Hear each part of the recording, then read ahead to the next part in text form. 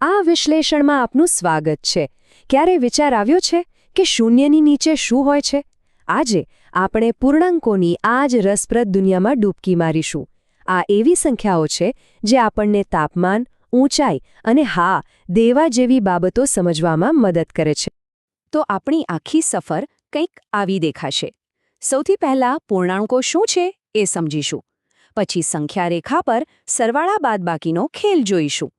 એ પછી આવશે ગુણાકારના ચિહ્નોનો વારો અને એના કેટલાક મૂળભૂત નિયમો. અને છેલ્લે આ બધું ભેગું મળીને કેવી રીતે કામ કરે છે એ જોઈશું. તો ચાલો શરૂ કરીએ. તો વિભાગ 1, પૂર્ણ સંખ્યાઓથી આગળ.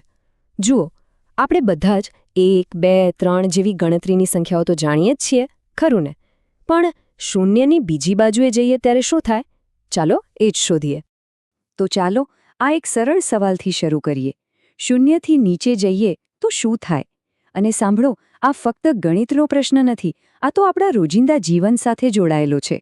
હમણાં જ જોઈએ કેવી રીતે. આ જુઓ, તાપમાનનું આ ઉદાહરણ બધું જ કહી દે છે. શૂન્ય કરતાં ઓછી સંખ્યાઓ એ આપણી આસપાસ જ છે. બસ શિયાળાની કોઈ કડકડતી ઠંડી રાત યાદ કરી લો, ખ્યાલ આવી જ જશે. તો પછી પૂર્ણાંકો છે શું? ચાલો સત્તાવાર રીતે સમજી લઈએ. એને સંખ્યાઓનો એક આખો પરિવાર સમજી લો, જેમાં 1, 2, 3 જેવી બધી ધન સંખ્યાઓ છે. તો -1, -2, -3 જેવી એમની વિરોધી એટલે કે ઋણ સંખ્યાઓ પણ છે. અને હા, વચ્ચે શૂન્ય પણ છે, જે આ બધાને જોડીને રાખે છે. હવે આ બધાને સમજવા માટે આપણને એક નકશાની જરૂર પડશે, બરાબર? ગણિતમાં એ નકશો છે સંખ્યા રેખા. એ બતાવે છે કે કઈ સંખ્યા ક્યાં રહે છે. શૂન્યની બંને બાજુએ બધું કેવી રીતે ગોઠવાયેલું છે. આખી ચર્ચા દરમિયાન આ આપણું સૌથી મહત્વનું સાધન બનશે. આવી ગયા આપણે વિભાગ 2માં, સંખ્યા રેખાનો નૃત્ય. તો નકશો તો હાથમાં આવી ગયો, હવે એના પર થોડું હલનચલન કરતા શીખીએ. સાચું કહું ને તો સરવાળો અને બાદબાકી બીજું કંઈ નહીં, પણ આ સંખ્યા રેખા પર આગળ પાછળ ડગલા ભરવા જેવું જ છે. ચાલો સૌથી સહેલા સ્ટેપથી શરૂ કરીએ. જ્યારે પણ કોઈ ધન પૂર્ણાંક ઉમેરીએ ત્યારે આપણે સંખ્યા રેખા પર જમણી બાજુ જઈએ છીએ, એટલે કે મોટી સંખ્યાઓ તરફ. એકદમ સીધી અને સરળ વાત. પણ જો ઋણ સંખ્યા ઉમેરીએ તો શું? બસ અહીંથી જ વાત રસપ્રદ બને છે.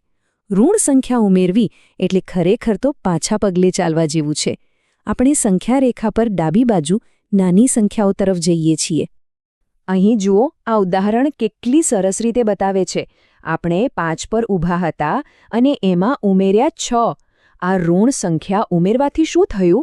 આપણે સીધા 6 ડગલા ડાબી બાજુ ખસ્યા અને પહોંચી ગયા -1 પર. આનાથી સ્પષ્ટ થાય છે કે ઋણ સંખ્યા ઉમેરવાથી આપણે સંખ્યારેખા પર નીચે તરફ જઈએ છીએ. અને આ એક બહુ જ મસ્ત આઈડિયા છે જે ગણિતને સહેલું બનાવી દે છે. કોઈ પૂર્ણાંકની બાદબાકી કરવી એ ખરેખર તો એની વિરોધી સંખ્યા ઉમેરવા બરાબર જ છે. જેમ કે 7માંથી -3 બાદ કરવા, એનો સીધો અર્થ થાય 7માં 3 ઉમેરવા. બસ આટલી નાની યુક્તિ ઘણી બધી ગૂંચવણો દૂર કરી દે છે. ચાલો હવે આગળ વધીએ વિભાગ 3 પર, ગુણાકારના ચિહ્નો. સરવાળા બાદબાકી તો આપણે સમજી લીધા, પણ જ્યારે પૂર્ણાંકોનો ગુણાકાર કરીએ ત્યારે શું થાય?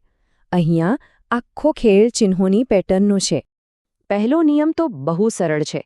એક ધન સંખ્યા લો અને એને એક ઋણ સંખ્યા સાથે ગુણો. જવાબ હંમેશા ઋણ જ આવશે. એમ સમજો કે એક ખુશ ચહેરો અને એક ઉદાસ ચહેરો ભેગા થઈને એક ઉદાસ પરિણામ જ બનાવે. પણ હવે આવે છે મોટો સવાલ. જો 2 ઋણ સંખ્યાઓનો જ ગુણાકાર કરીએ તો શું? શું 2 ઉદાસ ચહેરા ભેગા મળીને કંઈક વધારે ઉદાસ બનાવશે? જવાબ કદાચ આશ્ચર્ય પમાડી શકે છે. ચાલો જવાબ શોધવા માટે આ પેટર્નને ધ્યાનથી જોઈએ. અહીં જુઓ, -3 ને 2 સાથે ગુણ્યા તો -6 મળ્યા.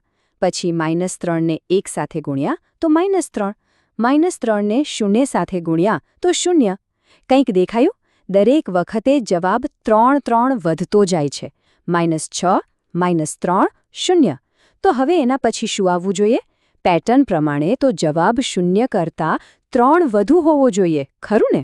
અને બસ આ પેટર્ન જ આપણને જવાબ આપી દે છે. જવાબ +3 જ હોઈ શકે. આ કોઈ જાદુ નથી, પણ એકદમ તાર્કિક ક્રમ છે. અને આના પરથી જ નિયમ બને છે. બે ઋણ સંખ્યાઓનો ગુણાકાર હંમેશા ધન પરિણામ આપે છે.